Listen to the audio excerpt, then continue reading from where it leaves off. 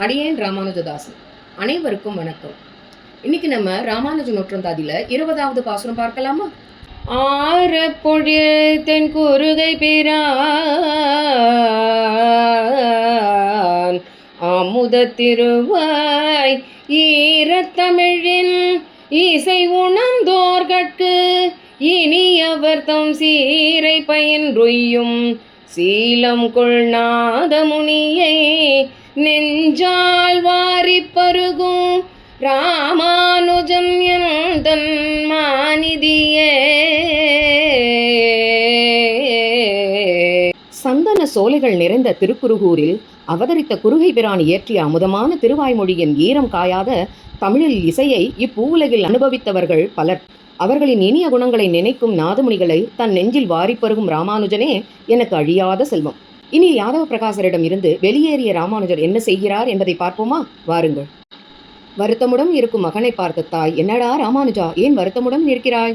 என்னவாயிற்று என்று ராமானுஜரின் தாய் கேட்க, அம்மா, உன் மகன் பெருமைக்காக எதையும் செய்வதில்லை.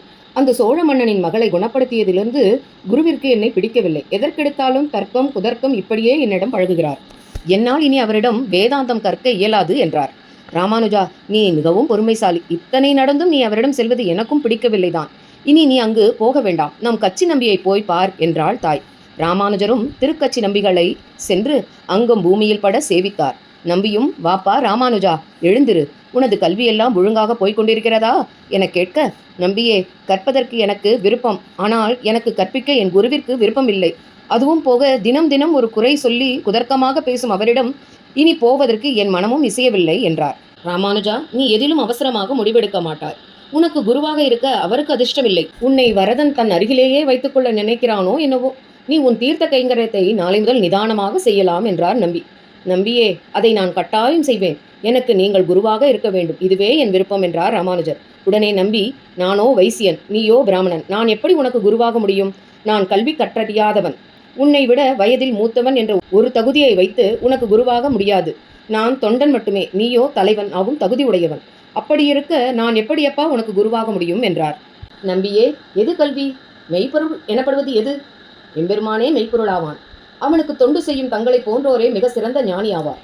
பக்தி இல்லாத கல்வி யாருக்கும் பலனளிக்காது. பக்தியும் தொண்டும் இல்லாதவன் கற்றவனாக இருந்தாலும் கல்லாதவனே.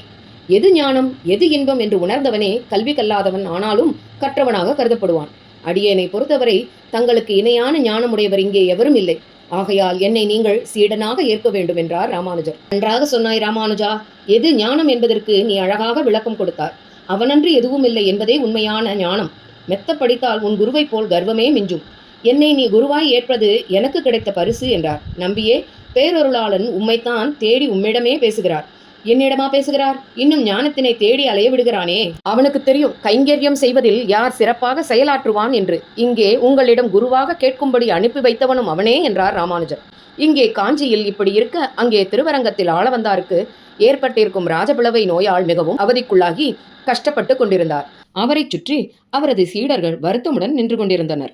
அப்பொழுது மாரநேரி நம்பி என்ற அவரது சீடர், ஆச்சாரியனே, நீங்கள் இப்படி ஓரிடத்தில் கட்டி போட்டது போல் இருப்பது உலகிற்கு நல்லதல்ல.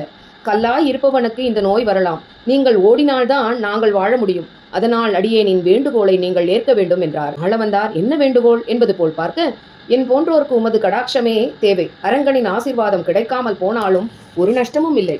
ஆனால் ஆச்சாரியனான உமது ஆசீர்வாதம் கட்டாயம் தேவை.